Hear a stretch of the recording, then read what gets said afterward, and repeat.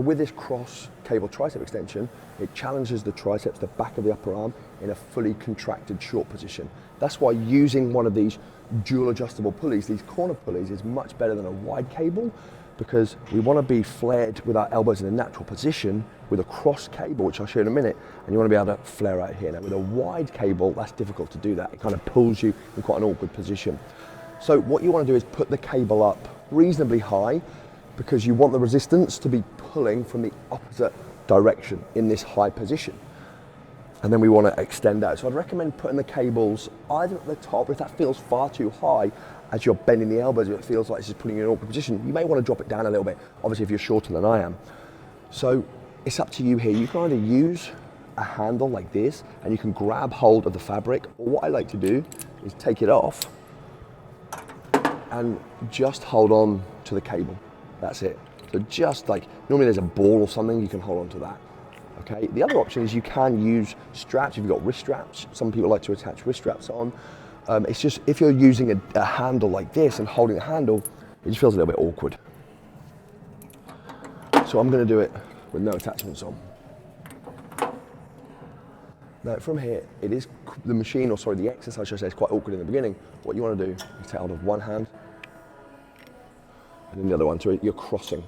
And then we want to step back, so you actually step quite a far way away, and that's what's going to really challenge the tricep in a short position, because to challenge it in a contracted position, you want the elbows to be back slightly, and you want to get them fully extended. Now if you're forwards, you don't really get that because the cable's in front of you, so you can't get the elbows back behind you, so you almost want them to be back a touch. So you want to step back, so the resistance is coming in front of you. Shoulders are locked down, chin is tucked in. You don't want to arch the back too much, you want a neutral spine, so focus on the back remaining straight. And then from this position, elbows flare naturally. That's the beauty of this, because they don't want to stay tucked, they want to flare naturally out. So they flare naturally, and that's their back, chin tucked, and from there, all you're thinking about is straightening the elbows.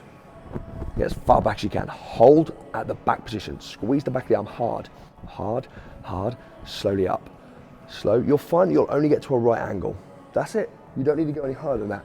Coming any higher, there's no tension, because we're challenging it in this back position.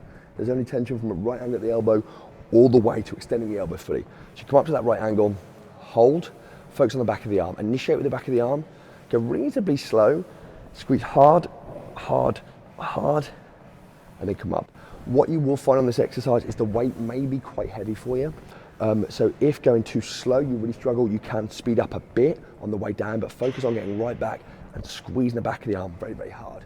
Now, if you don't have one of these dual adjustable pulleys, you can do the same kind of thing with one arm. You can kind of come here, and then you're doing a similar thing that, so the same position as you would be if you're on one of these dual cable machines, but you're just doing it with a single arm.